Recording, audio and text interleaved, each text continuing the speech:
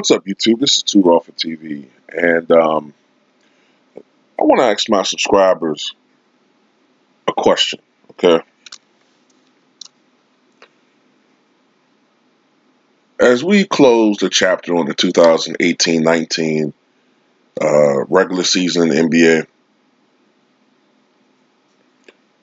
I want you to ask yourselves this question: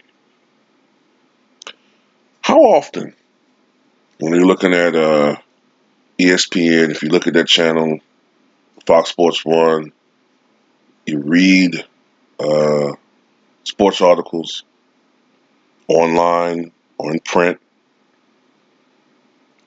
how often listening to all these guys, Stephen A, Skip Bayless, Skip, Shannon Sharp, Nick Wright, I'm looking, hear my points, Nick wrong, Nick Wright, all these guys, right? How often do you hear them talk about defense? Unless it's a player like Draymond Green on a big market team or a successful team like the Warriors, how often do you hear him talk about anybody as far as being a defensive player of the year candidate? How often do you hear him talk about players who lead the NBA steals? How often do you hear him talk about the players who lead the NBA in blocks, rebounding leaders? I'm going to be honest with you.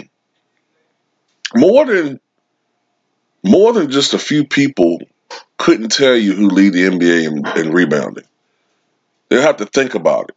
And that's a shame because most people should know it's Andre Drummond, right? And in fact, Andre Drummond is, in my opinion, the best rebounder the NBA has seen since at least Ben Wallace, probably since Rodman. Because I do think Drummond's rebounding pace is slightly inflated. But I think since at least Ben Wallace, possibly since Dennis Rodman, he's one of the great rebounders in history. Now, compared to the modern center, maybe Andre Drummond's game seems prehistoric or limited, okay? But as a guy growing up watching the basketball in the 80s and 90s, I would love to have an Andre Drummond on my squad if I were a coach or if I were an owner of an organization or what have you. But you don't hear these guys being mentioned anymore, the great defensive players. It's all about offense. That's it.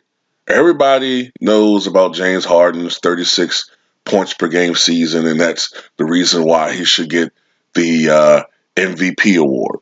Okay? That's where everybody's looking at, points. Because all people really care about is scoring. People act like they don't, but people love to see a guy drop 50 and 60 points.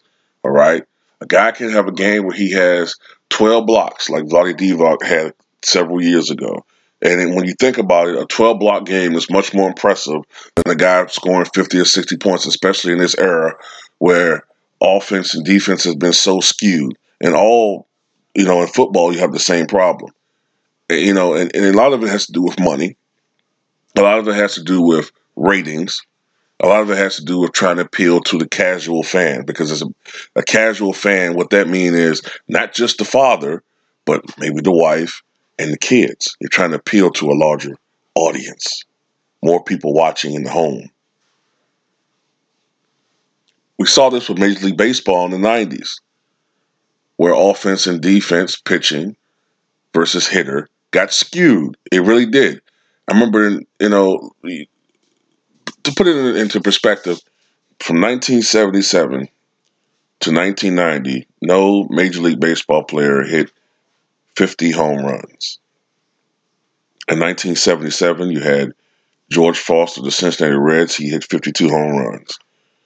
So 1978, 79, 80, 81, 82, 83, 84, 85, 86, 87, 88, and 89, you had nobody hit 50 home runs. I think the closest you got was Andre Dawson and Mark McGwire in 1987. They both hit 49. And I think one of those years in the 80s, it might have been 1980, I think Mike Schmidt of the Philadelphia Phillies, I think he hit 48. All right.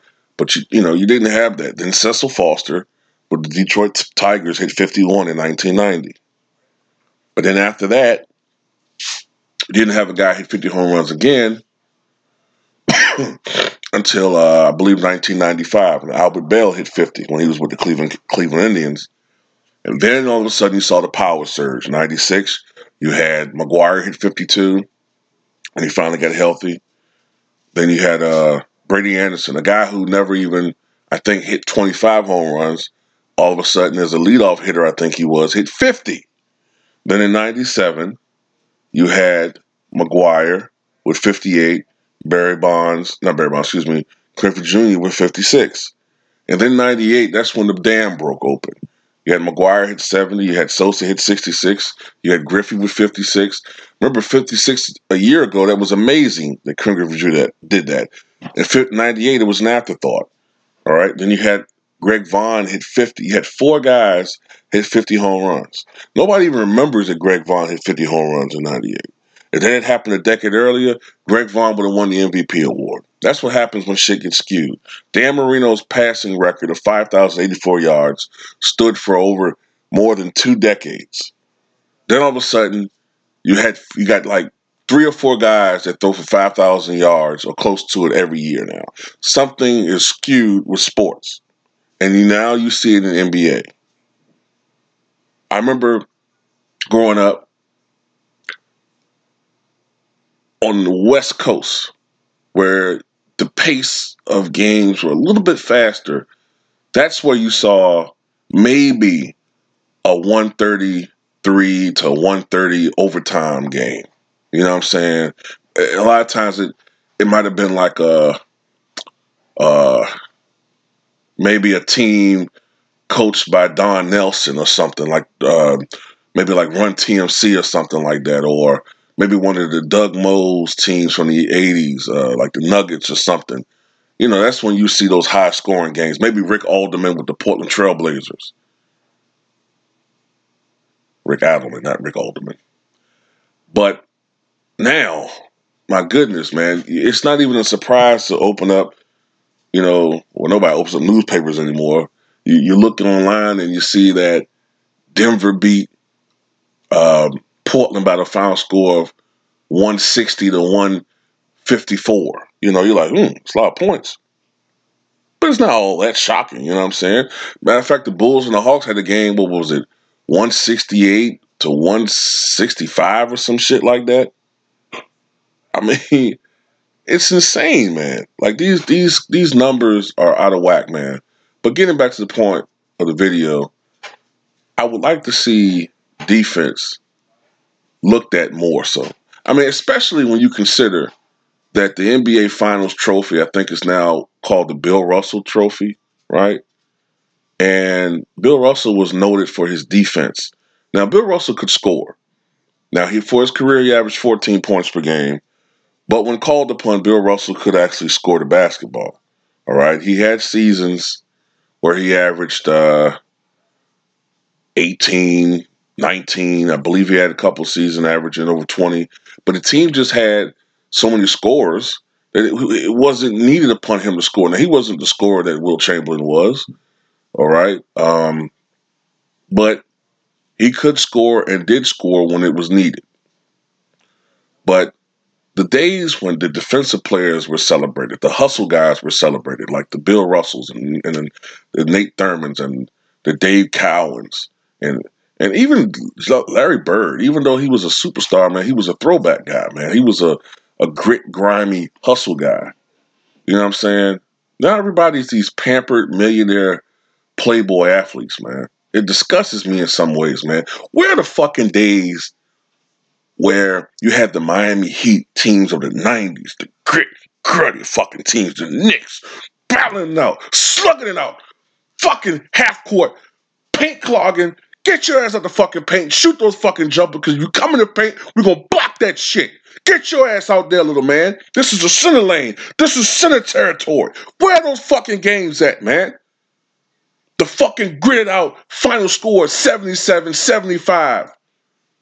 The games where the defenses were intense, and if you had to be a baller to score 30 points. You had to be a real, true fucking score with a plethora of moves, like a Jordan, like a fucking Kobe Bryant, like an Allen Iverson. Those were the real scorers. Those were the real ballers. Not these pretty boy motherfuckers who dribble, dribble, dribble, dribble. Oh, I'm going to take my three. Oh, I'm dribbling. Oh, I'm dribbling. Let me shoot my three. Oh, the lane's wide open. Let me go. I'm going to score. No, I didn't get a foul official. He touched my fingernail. Come on. Where are my 2 free throws? Fuck out of here.